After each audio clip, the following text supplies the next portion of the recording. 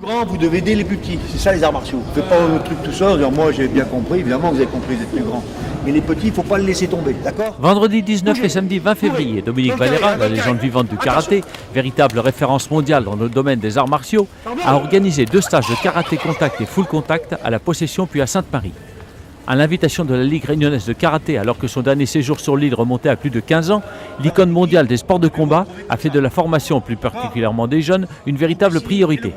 Inlassablement et au prix de plus de 70 représentations par an, le sexagénaire qui n'a rien perdu de son punch et de sa force de frappe parcourt le monde entier. Doté d'un sens aigu de l'humour, il conduit ses stages avec une approche ludique sans négliger la technique. On peut faire du ludique en apprenant des choses, c'est-à-dire qu'un gamin, il ne faut pas qu'il s'ennuie. S'il s'ennuie, il ne reviendra pas.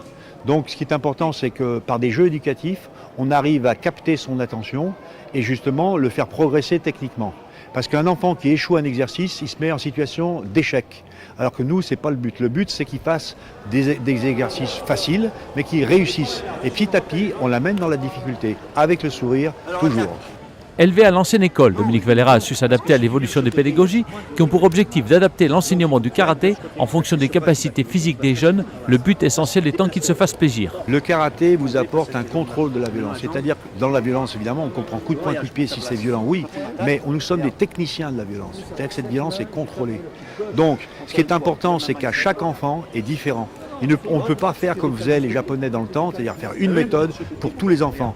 Parce qu'ils ne réceptionnent pas les techniques de la même façon, ils n'ont pas le même âge, ils n'ont pas le même physique. Donc ce qui est important, c'est de donner un petit peu plus, de personnaliser l'entraînement de l'enfant. Celui-là comprend mieux, on va accélérer un peu le processus. Lui comprend moins bien, on revient un peu en arrière. Lui, il est plus souple, on lui fera plus de techniques de jambes. Lui, il est moins souple, on fera des techniques de poing. Mais il faut qu'il travaille, il faut qu'il s'amuse. S'il ne s'amuse pas à l'entraînement, il ne reviendra pas. Bien sûr, tout le monde ne peut pas être champion du monde. Il y a beaucoup d'appelés, mais peu d'élus. Ce qui n'enlève en rien au bien-être que l'on peut tirer de ce sport en dehors de la compétition. Il y a des jeunes enfants, ils sont très doués. Mais malheureusement, avec la vie qui prend le dessus, bien souvent, ils ne vont pas au bout. Et il y en a d'autres qui ne sont pas du tout doués, mais c'est des besogneux. Et on les retrouve à 16 ans, toujours avec un travail, une envie de travailler. À 18 ans, ça devient des champions, et à 20 ans, ça devient des super champions. Tout le monde ne peut pas être champion. La preuve, c'est qu'à la Fédération française de karaté, nous sommes 235 000.